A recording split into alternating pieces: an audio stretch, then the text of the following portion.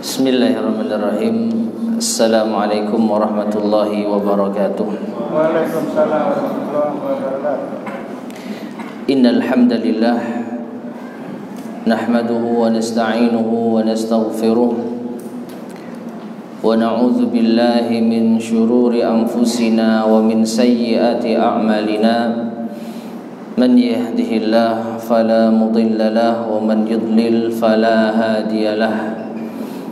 Wa asyhadu an la ilaha illallah wahdahu la syarika lah.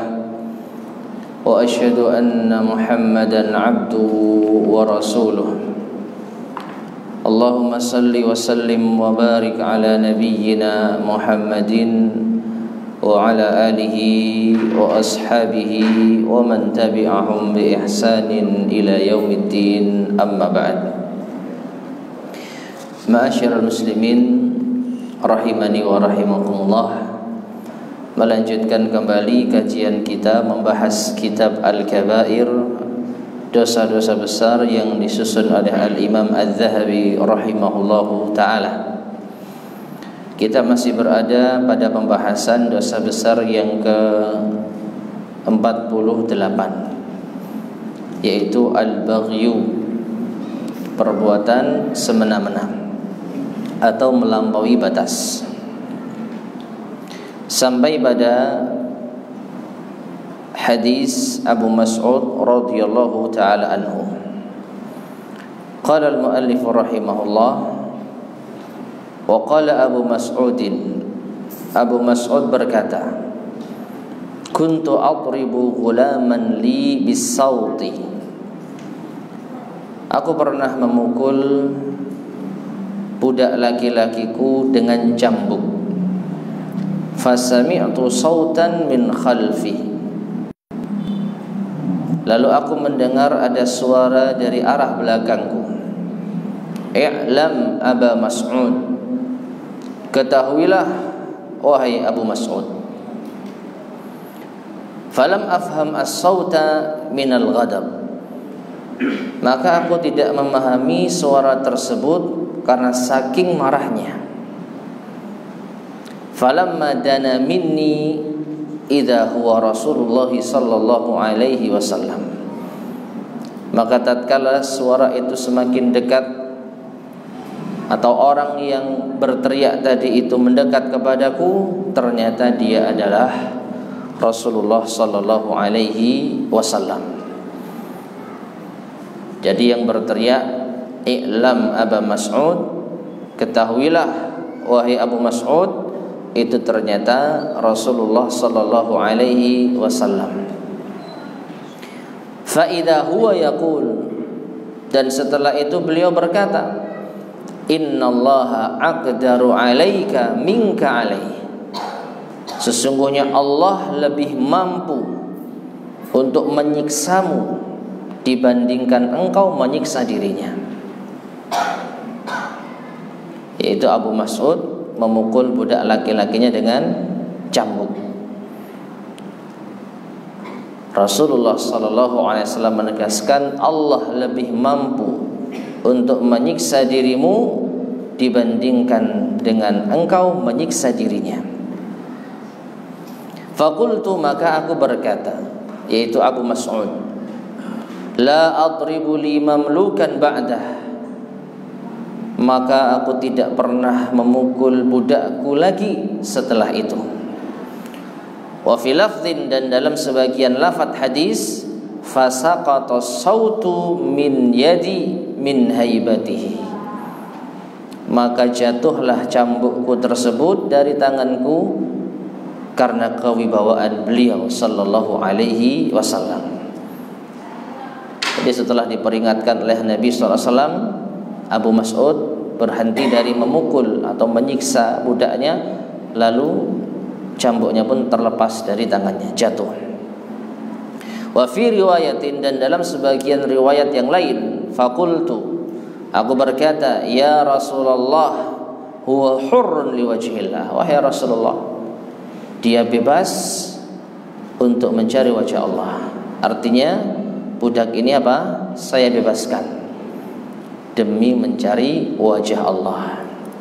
Faqal, maka Rasulullah sallallahu alaihi wasallam mengatakan, ama innaka law lam taf'al lalafahatkan naru. Apabila engkau tidak melakukannya, maka api neraka akan menghanguskanmu.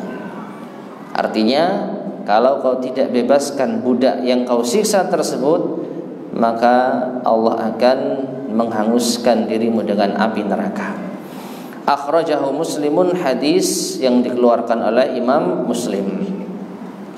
Wa qala sallallahu alaihi wasallam, dan juga Nabi sallallahu alaihi wasallam bersabda, man daraba ghulaman lahu haddan lam ya'tihi, barang siapa yang memukul budak miliknya dengan suatu hukuman atas perbuatan yang tidak dilakukan, aw latamahu, atau menamparnya, fa inna kaffaratahu an yu'tiqahu, maka kafarahnya adalah dia wajib membebaskannya.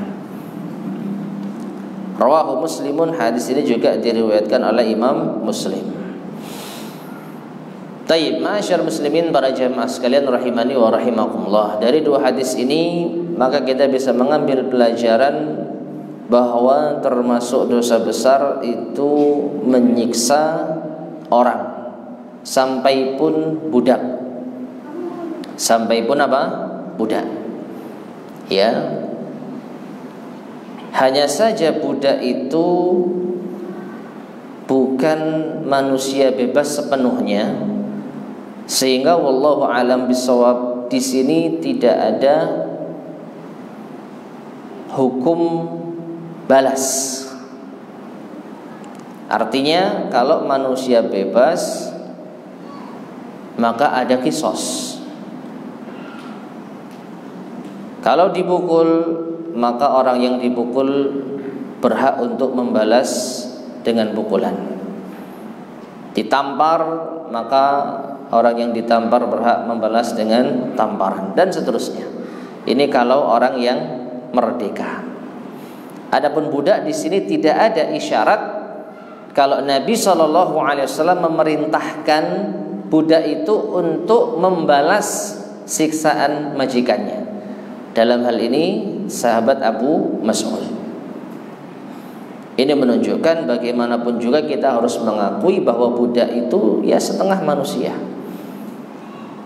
Ya, di satu sisi dia bisa diperjualbelikan seperti barang, di satu sisi dia memiliki nafas, memiliki ruh layaknya manusia.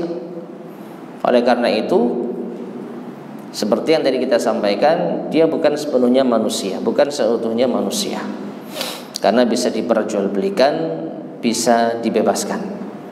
Nah, hanya saja bagi orang yang menyiksa budaknya, maka kafarahnya, tebusan atas dosa yang ia lakukan, wajib membebaskannya. Karena kalau tidak, maka majikan yang menyiksa budak maka akan diancam api neraka. Dan ini cukup menunjukkan kalau ini adalah dosa besar. Nah, kalau budak saja dilarang untuk disiksa, maka apalagi manusia yang merdeka.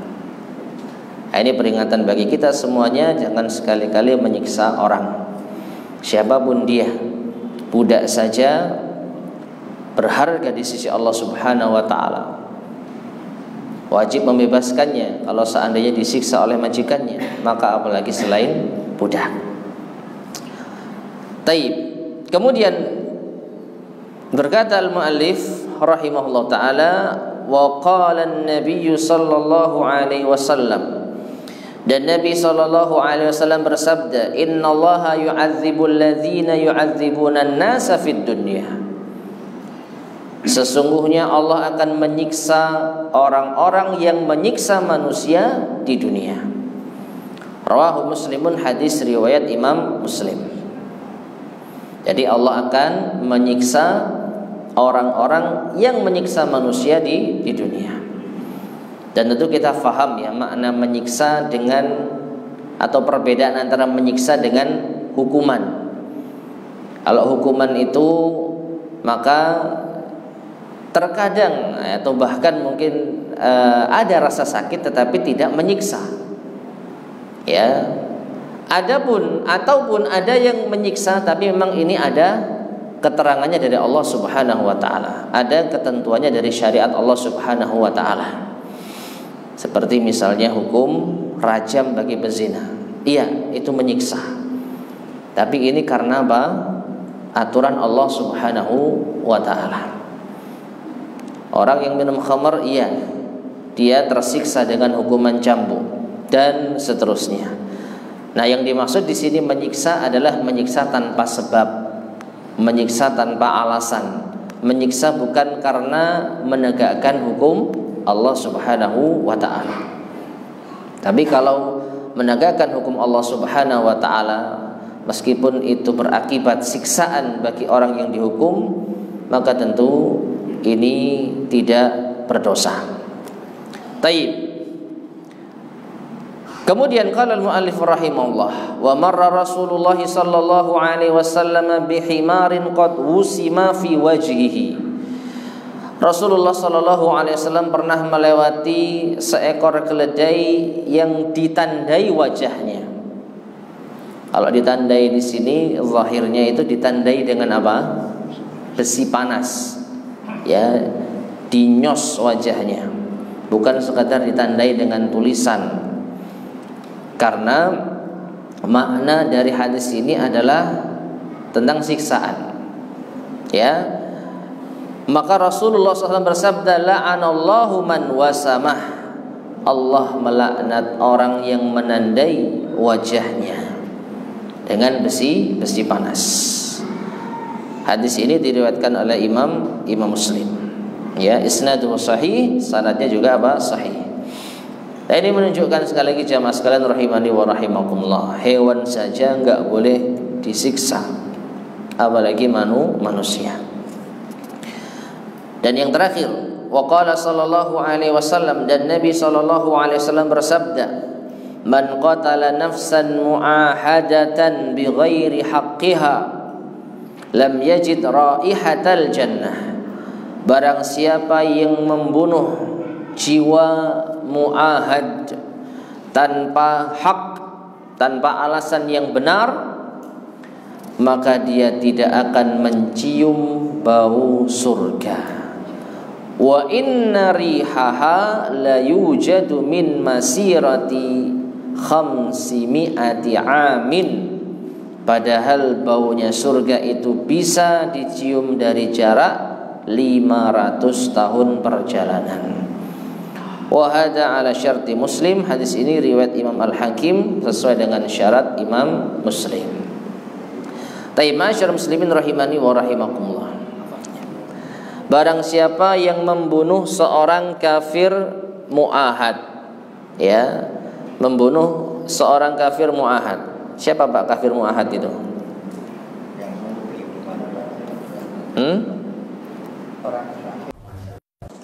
Orang kafir yang kafir itu ada 4.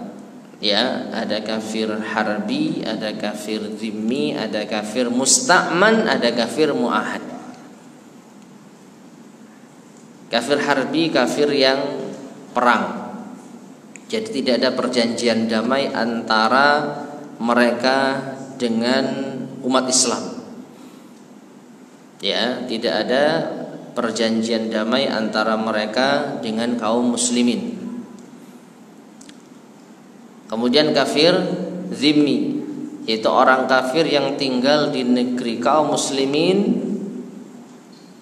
mendapatkan keamanan dengan membayar jizyah, pajak. Itu kafir zimmi, orang kafir yang berada di dalam tanggungan kaum muslimin. Jadi mereka diperlakukan sesuai dengan hukum Islam, berhak mendapatkan keamanan, berhak mendapatkan hak-haknya. Tapi dia harus bayar apa? Jizyah, pajak. Yang ketiga kafir musta'man. yaitu orang kafir yang mendapatkan jaminan perlindungan. Dia aslinya kafir harbi. Tidak ada perjanjian antara mereka, antara negara mereka dengan negara Islam. Tidak ada perjanjian damai. Tetapi ada salah seorang warga dari mereka yang dijamin keamanannya. Bisa jadi oleh seorang warga kaum muslimin. Ya. Bisa seorang warga dari umat Islam di suatu negara Islam, lalu dia meminta kepada pemerintah untuk menjamin keamanan saudaranya yang kafir harbi tadi. Jadi dia bisa masuk negara Islam meskipun negaranya itu sedang perang dengan jaminan keamanan. Dan yang keempat, kafir mu'ahad, orang kafir yang ada perjanjian damai. Ya. Jadi ada negara kafir yang ada perjanjian damai dengan umat Islam. Jadi antara kedua negara ini warga negaranya tidak boleh saling diserang. Nah, al-muhim, maka yang penting di sini orang kafir mu'ahad itu orang yang terjaga darahnya. Tidak boleh untuk apa? Ditumpahkan. Tidak boleh untuk diganggu.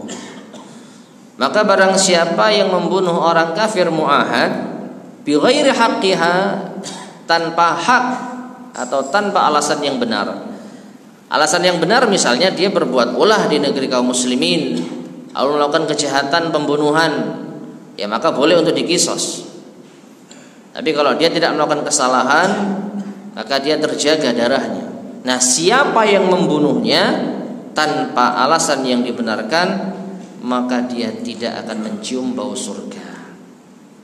Padahal bau surga itu bisa dicium dari jarak 500 tahun perjalanan. Nah, lagi-lagi ini menunjukkan orang kafir saja yang mereka tidak beriman kepada Allah dan Rasulnya Sallallahu Alaihi Wasallam itu tidak boleh disiksa, tidak boleh dilanggar darahnya, tidak boleh diganggu nyawanya, maka apalagi seorang muslim. Ya, maka ini cukup menunjukkan bahwa dosa kezaliman atau tindakan semena-mena yang masuk di dalamnya penyiksaan, pemukulan, pembunuhan dan lain sebagainya, ini termasuk di antara dosa besar, ya. Dan ingat, kalau kita membayangkan tentang bahaya yang ditimbulkan dari kezaliman atau kesemena-menaan ini, ingat adanya yaumul hisab. Dan ingat hadis muflis, hadis bangkrut. Jangan gara-gara kezaliman yang kita lakukan maka sholat kita, puasa kita, ibadah kita, pahalanya dilimpahkan kepada orang yang terzalimi. Kita yang susah, kita yang lelah, tapi pahalanya dinikmati oleh orang lain. Gara-gara apa? Kezaliman, gara-gara tindakan semena-mena. Taib. Berakhirlah pembahasan dosa besar yang ke-48. Selanjutnya kita masuk pada dosa besar yang ke-49. Qala al-muallifu rahimahullahu ta'ala, al-kabiratu tasi'atu wal-arba'un, al-khuruju bis-sayfi wat-takfiru bil-kabairi. Keluar dari kepemimpinan dengan menghunuskan pedang dan mengkafirkan pelaku dosa besar. Jadi dosa besar yang ke-49 ini ada dua sifat yang disebutkan. Al-khuruju bis-sayf wa takfiru bil kabair. Al-khuruju bis-sayf itu makna mudahnya memberontak. Ya, memberontak pemimpin kaum muslimin yang sah. Dan at-takfiru bil kabair, mengkafirkan pelaku dosa besar. Dan ini ma'asyar muslimin rahimani wa rahimakumullah, arahnya jelas merupakan pemikiran dari al-khawarij. Ini merupakan pemikiran dari al-khawarij. Maka termasuk di antara pelaku dosa besar adalah orang-orang al-Khawarij, yang mereka keluar dari ketaatan terhadap pemimpin kaum muslimin dengan cara memberontak mereka dan mengkafirkan pelaku dosa besar. Kemudian di sini Imam Az-Zahabi membawakan dua ayat Al-Quran. Yang pertama dalam surat Al-Baqarah ayat 190. Qala Allah Ta'ala berfirman, wa la ta'tadu innallaha la yuhibbul mu'tadin. Dan janganlah kalian berbuat melampaui batas, sesungguhnya Allah tidak mencintai orang-orang yang melampaui batas. Nah, ma'asyiral muslimin rahimani wa rahimakumullah, dengan dibawakannya ayat ini oleh Imam Az-Zahabi pada dosa besar yang ke-49 ini menunjukkan bahwasanya memberontak dan mengkafirkan pelaku dosa besar itu termasuk perbuatan melampaui batas. Termasuk perbuatan melampaui batas. Dan ini sahih. Seorang muslim wajib untuk taat dan patuh kepada pemimpin kaum muslimin. Meskipun kepatuhan ini bukan berarti membenarkan semua yang mereka lakukan, karena tidak ada ketaatan dalam kemaksiatan kepada Allah Subhanahu wa taala. La ta'ata li makhluqin fi maksiatil khaliq. Tidak ada ketaatan kepada makhluk siapapun dia dalam rangka berbuat maksiat kepada Allah Sang Pencipta. Namun ketidaktaatan kita terhadap kebijakan ataupun peraturan pemimpin yang menyelisih syariat bukan berarti kita memberontak. Bukan berarti kita angkat senjata. Lalu apa solusinya? Kata Nabi SAW apa? Bersabar. Isma' wa ati wa in daraba dhahrak wa akhadha malak. Tetap dengar dan patuh pada perkara yang baik, meskipun dia mengambil hartamu, meskipun dia memukul punggungmu. Jadi ini pertengahan jamaah sekalian rahimani wa rahimakumullah. Pemimpin yang katakanlah zalim, berbuat melampaui batas, yang menyelisih syariat Allah Subhanahu wa taala tidak wajib ditaati. Bahkan tidak boleh taati. Tetapi kita juga tidak boleh melakukan pemberontakan. Solusinya bersabar, memohon kepada Allah perbaikan, menasihati dengan cara yang baik.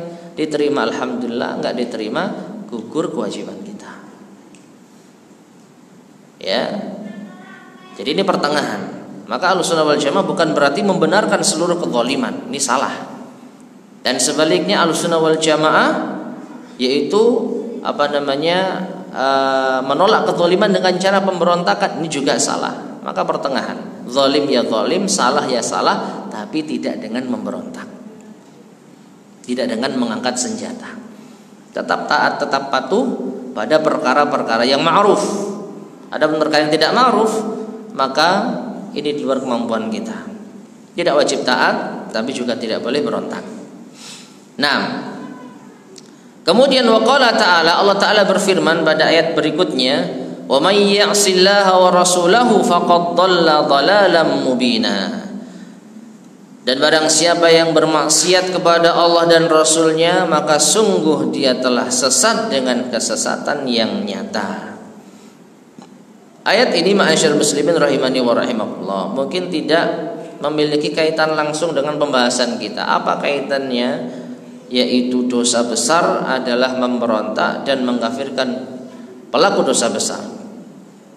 Mungkin tidak ada kaitannya secara langsung, ya. Tapi secara umum tentu ada kaitannya. Orang yang telah melakukan pemberontakan, orang yang telah mengkafirkan pelaku dosa besar, maka pada hakikatnya dia telah bermaksiat kepada Allah dan Rasulnya. Mengapa? Karena Allah dan Rasulnya perintahkan kita untuk bersabar. Allah dan Rasulnya perintahkan kita untuk tetap patuh dan mendengar dalam perkara yang baik. Nah, kok ini memberontak? Nah, maka berarti pelaku pemberontakan telah bermaksiat kepada Allah dan Rasulnya, dan dia telah melakukan kesesatan yang nyata. Nah, ini dua ayat yang dibawakan oleh Al-Imam Az-Zahabi rahimahullahu taala terkait dengan dosa besar ini. Selanjutnya, wa qala an-nabiy sallallahu alaihi wasallam, dan Nabi sallallahu alaihi wasallam bersabda, man qala li akhihil muslim, barang siapa yang berkata kepada saudaranya muslim, ya kafir, wahai orang kafir, faqad ba'a biha ahaduhuma, maka sungguh kekafiran itu akan kembali kepada salah satu di antara keduanya. Apa artinya jemaah sekalian rahimani wa rahimakumullah? Maka salah satu dari keduanya itulah yang kafir. Kalau sekiranya saudaranya muslim tadi memang sudah keluar dari Islam, di sisi Allah dia memang sudah murtad, lalu dikatakan wahai orang kafir,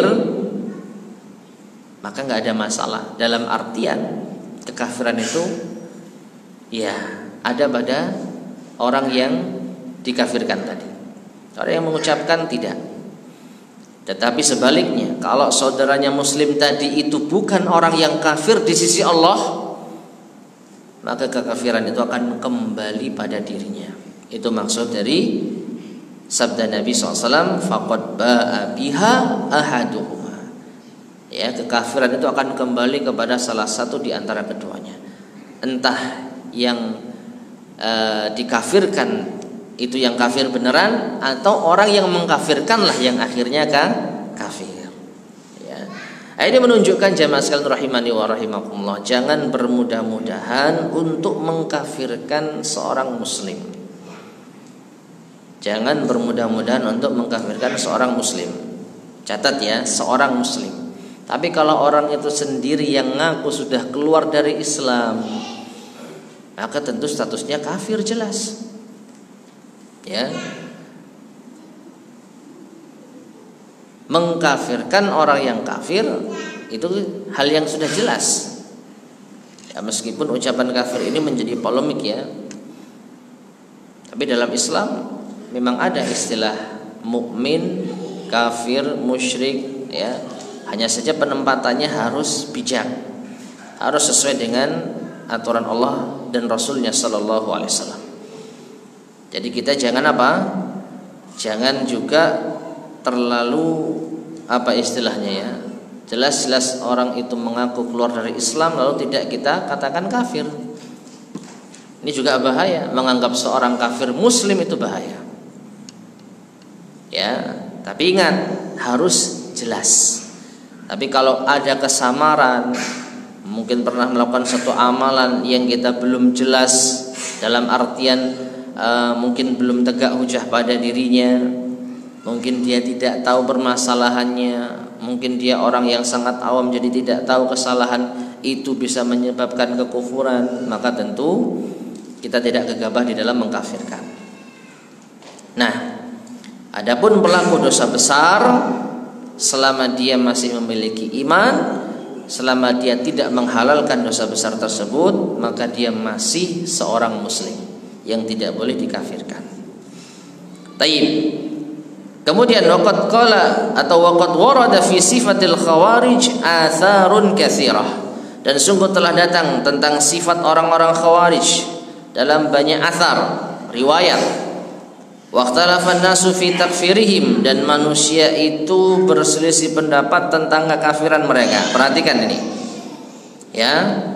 Kita sedang membahas kelompok yang namanya khawarij, yaitu mereka orang-orang yang mengkafirkan pelaku dosa besar. Nah, apakah khawarij itu kafir? Maka para ulama kita berbeda pendapat.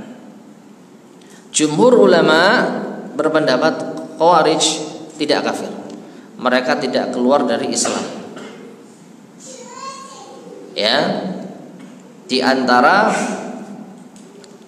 hal yang menguatkan pendapat ini, para sahabat radhiyallahu anhum, di antaranya Ibnu Umar radhiyallahu anhu itu pernah sholat di belakang mereka. Perhatikan, Kalau seandainya Ibnu Umar menganggap kafir Khawarij, maka tentu tidak sah sholat di belakang mereka. Sah nggak sholat di belakang orang kafir? Nggak sah. Nah, kalau Ibnu Umar masih mau sholat di belakang Khawarij, menunjukkan kalau Khawarij itu tidak kafir. Meskipun ada sebagian ulama yang menganggap mereka kafir. Ini sebagai wawasan saja ya. Nah, di antara dalil mereka yang menganggap Khawarij itu kafir, sabda Nabi sallallahu alaihi wasallam, qala fihim, beliau berkata tentang al-Khawarij, yamruquna minad din kama yamruqus sahmu minar ramiyah.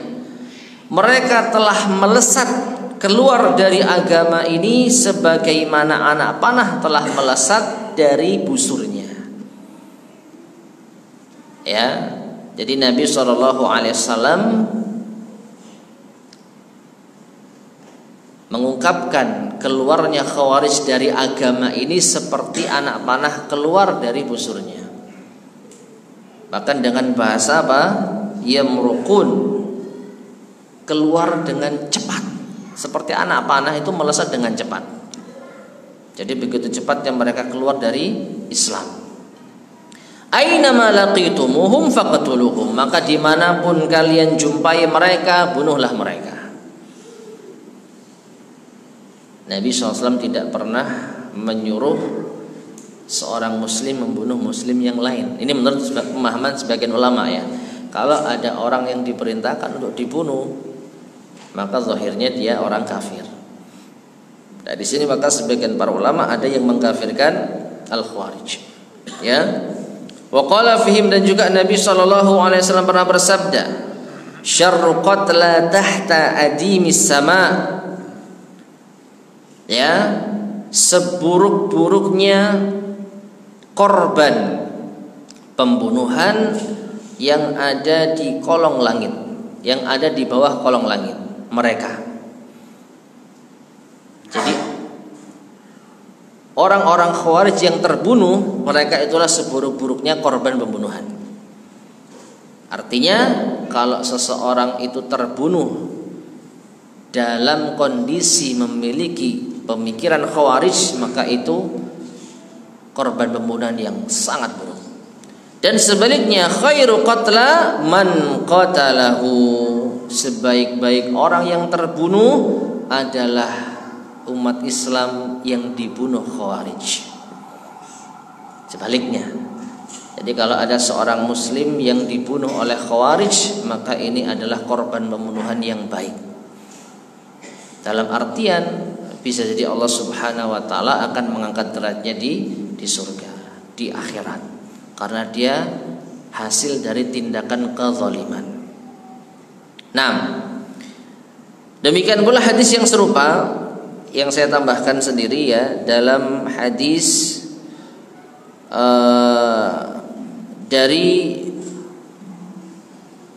Sufyan bin Uyainah dari Abi Ghalib dari Abi Umamah.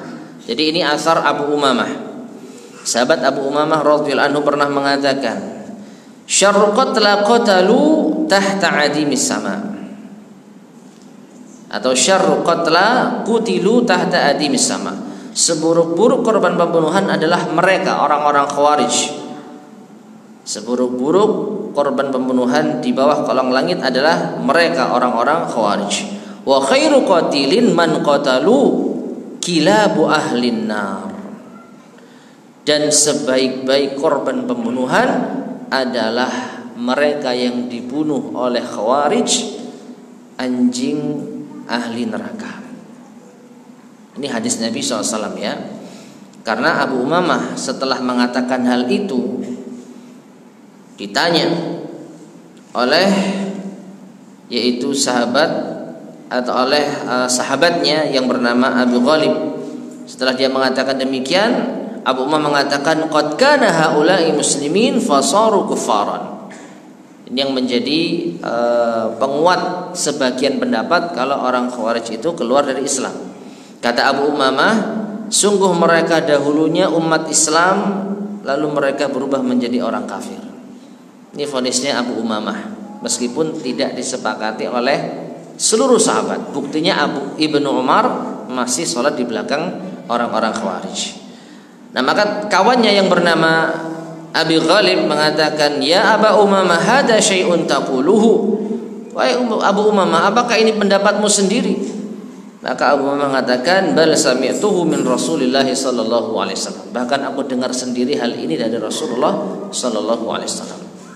Wallahu a'lam bishawab. Bisa jadi yang didengar oleh sahabat Abu Umamah itu adalah Nabi sallallahu alaihi wasallam menggelari mereka dengan anjing ahli neraka.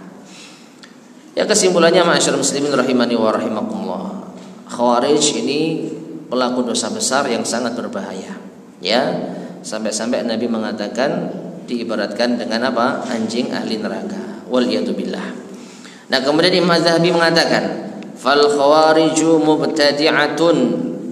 Maka Khawarij itu adalah ahli bid'ah. Mustahilluna ad-dima' wat takfir, karena mereka menghalalkan darah dan mereka mudah mengkafirkan. Yukaffiruna Utsman wa Aliyan wa jama'atan min sadati sahabati radhiyallahu anhum. Mereka telah mengkafirkan sahabat Utsman bin Affan, sahabat Ali bin Abi Thalib, dan sekelompok dari tokoh-tokoh para sahabat radhiyallahu anhum. Ya, jangankan kita, sahabat saja dikafirkan. Ya, ini akidahnya orang-orang Khawarij. Nah, ini. Kemudian Ishaq Al-Azraq Anil A'mash an Abi Aufa qala, dari Abu Aufa ia berkata, "Sami'tu Rasulullah sallallahu alaihi wasallam yaqul." Aku mendengar Rasulullah sallallahu alaihi wasallam bersabda, "Al-khawariju kilabu ahli nar." Khawarij itu adalah anjingnya ahli neraka.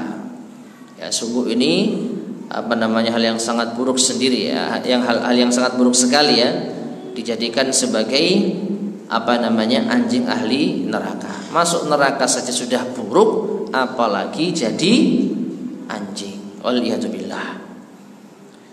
Khazraj ibnu Nabatah haddatsani Sa'id ibnu Jamhan qala, dari Khazraj bin Nabatah mengabarkan kepadaku Sa'id bin Jamhan, ia berkata, "Dakhaltu ala ibni Abi Aufa wa huwa makfufun." Ya, aku datang kepada Abu Aufa. Faqala, lalu ia berkata, "Man anta?" Siapa kamu? Qultu Sa'id bin Jamhan. Aku adalah Sa'id bin Jamhan. Qal, Abu Aufa mengatakan, "Ma fa'ala waliduka?" Apa yang dilakukan oleh ayahmu? Qultu, aku berkata, "Qatalahul azariqah." Dia telah dibunuh oleh kelompok Azariqah.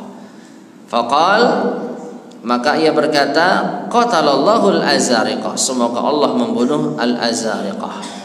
Tsumma qala, kemudian beliau mengatakan, "Haddatsana Rasulullah sallallahu alaihi wasallam annahum kilabu ahlin nar." Karena telah mengabarkan kepada kami Rasulullah sallallahu alaihi wasallam bahwa mereka orang-orang Khawarij adalah anjing ahli neraka. Qultu, aku berkata, "Al-Azariqatu wahdahum?" Apakah yang dimaksud anjing neraka itu hanya kelompok Azariqah saja? Qala, kata beliau, "Al-Khawariju kulluha." Semua kelompok Khawarij, seluruh kelompok Khawarij. Nah, di sini ma'asyiral muslimin rahimani wa rahimakumullah, ada salah satu sekte dari Al-Khawarij yang bernama Al-Azariqah. Ya, yang mereka membunuh kaum muslimin. Salah satunya adalah ayahnya Sa'id, yaitu bin Jamhan. Ya. Atau ayahnya Ibnu Abi Aufa, ayahnya Ibnu Abi Aufa. Nah, ayahnya beliau ini dibunuh oleh orang-orang Khawarij yang dikenal dengan kelompok Al-Azariqah. Maka disebutkan di sini bahwasanya Al-Khawarij keseluruhannya dengan segala macam sektenya itu adalah anjing ahli neraka. Bukan hanya Asy'ariyah saja. Ada lagi An-Najdiyah, ada lagi Al-Wa'idiyah. Pokoknya segala macam kelompok yang berafiliasi pada Khawarij, maka mereka masuk dalam ancaman Nabi SAW menjadi anjing ahli neraka. Wal iyadzubillah. Taib, hadis yang terakhir. Haddatsana Hammad ibn Salamah, haddatsana Abu Hafs. Telah mengabarkan kepada kami Hammad bin Salamah, telah mengabarkan kepada kami Abu Hafs, annahu sami'a Abdullah ibn Abi Aufa wa hum yuqatiluna al-Khawarij. Bahwasanya ia mendengar Abdullah bin Abi Aufa, dan beliau ini bersama dengan kaum muslimin yang lain memerangi orang-orang Al-Khawarij. Yaqul, maka Abdullah bin Abi Aufa berkata, sami'tu Rasulullah sallallahu alaihi wasallam yaqul, tuba liman qatalahum wa qataluhu. Ya, kata Nabi sallallahu alaihi wasallam, berbahagialah, beruntunglah orang yang berhasil membunuh mereka atau yang dibunuh oleh mereka. Ya, baik pembunuh Khawarij atau yang dibunuh Khawarij, maka kata Nabi SAW, tuba, beruntunglah. Tapi ingat ma'asyar muslimin rahimani wa rahimakumullah, dalam perkara bunuh membunuh ini ya kembali kita ingatkan tidak boleh gegabah. Nabi SAW berkata demikian tentu saja diarahkan kepada mereka-mereka yang memiliki kewenangan di dalam menjatuhkan suatu hukuman. Dalam artian ya pemerintah kaum muslimin. Artinya jika ada pemerintah kaum muslimin yang sah yang menginstruksikan untuk membasmi Khawarij, untuk memerangi mereka, maka lakukan. Tapi kalau ada orang yang terindikasi memiliki pemikiran Khawarij, ya jangan dibunuh. Ya, sekali lagi kita pertengahan. Kalau sekiranya memang ada instruksi, ada arahan dari pemimpin kaum muslimin untuk membasmi orang-orang Khawarij, ya, kalau sekarang ya para teroris misalnya, maka silakan. Tapi kalau tidak ada tindakan dari mereka, maka kita jangan gegabah di dalam membunuh saudara kita. Ya, Abdullah bin Abbas radhiyallahu taala anhuma mendatangi orang-orang Khawarij untuk mendakwahi mereka. Dan alhamdulillah sebagian mereka rujuk, sebagian mereka masih bersikukuh pada pendapatnya. Dalam suatu dialog yang sangat terkenal, dialog antara Ibnu Abbas dengan orang-orang Khawarij, lumayan ada beberapa yang taubat. Ini menunjukkan mereka itu layak mendapatkan dakwah. Mereka layak untuk mendapatkan sentuhan dakwah. Kalau mereka taubat, alhamdulillah, semoga mereka kembali ke jalan yang benar. Tapi kalau mereka tetap bersikukuh pada akidahnya, masih mengkafirkan yaitu kaum muslimin yang melakukan dosa besar, masih memiliki keinginan untuk memberontak kepada pemimpin kaum muslimin, maka kita serahkan kepada pihak yang berwenang. Ya, kita jangan main hakim sendiri, karena sekali lagi ya ini masalah yang sangat sensitif. Ya, apalagi wallahu a'lam bishawab, yang nampaknya lebih sahih, orang-orang Khawarij mereka itu masih saudara kita. Mereka masih umat Islam. Di antara hal yang menguatkan tadi, riwayat dari Ibnu Umar yang masih sholat di belakang mereka, dan juga Ibnu Abbas yang masih rela untuk berdiskusi dengan mereka. Kalau seandainya Ibnu Abbas berpendapat orang-orang Khawarij itu kafir, ya tentu nggak perlu untuk diajak diskusi. Ya, wallahu a'lam bishawab. Nah, ma'asyiral muslimin rahimani wa rahimakumullah, yang terakhir yang perlu untuk kita perhatikan, seseorang itu memiliki pemikiran Khawarij setidaknya sebagaimana yang itu tertulis di dalam kitab, Dosa besar yang ke-49 yaitu memberontak pemimpin kaum muslimin dan mengkafirkan pelaku dosa besar. Inilah prinsip Khawarij.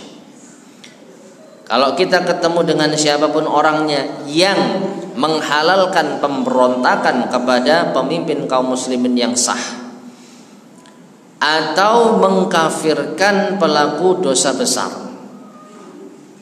maka bisa dipastikan dia memiliki pemikiran Al-Khawarij.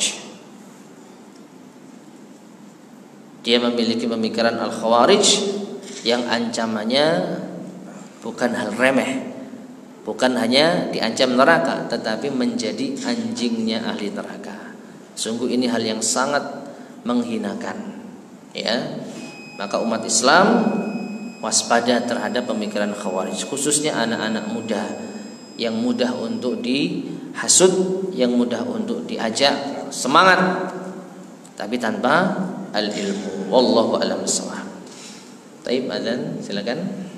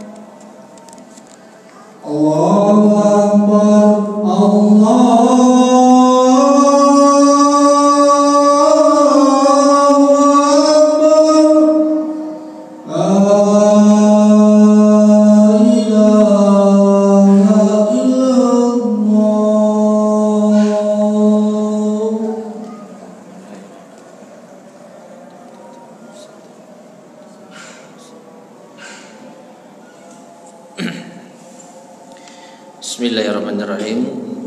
Ma'asyiral muslimin rahimani wa rahimakumullah. Sebelum kita akhiri, di sini ada pertanyaan. Bismillahirrahmanirrahim. Afwan, izin bertanya Ustaz, apakah Syiah adalah Khawarij karena mengkafirkan para sahabat? Ma'asyiral muslimin rahimani wa rahimakumullah. Memang kedua kelompok ini sama-sama mengkafirkan. Tetapi perhatikan, motif mereka beda. Kalau Khawarij, mereka mengkafirkan pelaku dosa besar. Mereka mengkafirkan siapapun yang melakukan dosa besar. Dan mereka punya dalil akan hal ini, meskipun dalil itu tidak tepat. Itu sabda Nabi SAW, la yazni zani hina yazni fahuwa mu'min, wa la yasriqu sariqu hina yasriqu fahuwa mu'min, wa la yasrabul khamra hina yashrabu fahuwa mu'min. Tidaklah seorang berzina itu ketika berzina dia beriman. Tidaklah orang yang mencuri itu ketika mencuri beriman. Tidaklah orang yang minum khamar ketika minum khamar dia beriman. Nah, mereka memahami berarti pencuri, pezina, peminum khamar tidak beriman. Nah, kalau nggak beriman apa? Kafir. Ya, dengan mudahnya mereka menggampangkan ya masalah hal ini. Nah, adapun orang-orang Syiah, maka mereka mengkafirkan sahabat itu karena para sahabat dianggap berkhianat kepada Ali bin Abi Thalib. Bukan karena para sahabat pelaku dosa besar. Bukan karena para sahabat itu peminum khamr, pencuri, pezina, bukan. Tapi karena para sahabat itu berkhianat kepada Ali bin Abi Thalib. Mereka tidak mau baiat kepada Ali bin Abi Thalib. Ini yang menjadikan mereka yaitu memiliki akidah Syiah, ghulu terhadap Ali bin Abi Thalib, sehingga siapapun selain Ali dan beberapa gelintir sahabat kafir menurut Syiah. Jadi bedanya pada apa? Motif. Orang Khawarij mengkafirkan siapapun pelaku dosa besar, sedangkan orang-orang Syiah ya membatasi mereka yang kafir adalah mereka yang tidak membaiat Ali bin Abi Thalib. Jadi apakah Syiah itu Khawarij? Maka jawabannya tidak, beda, meskipun sama-sama mengkafirkan. Wallahu a'lam bishawab. Baik, ada lagi yang disampaikan?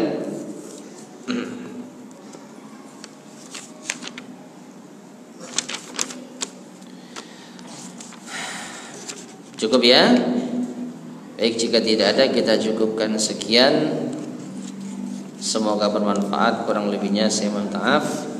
Subhanakallahumma bihamdika asyhadu an la ilaha illa anta astaghfiruka wa atubu ilaik. Walhamdulillahirabbil alamin. Assalamualaikum warahmatullahi wabarakatuh.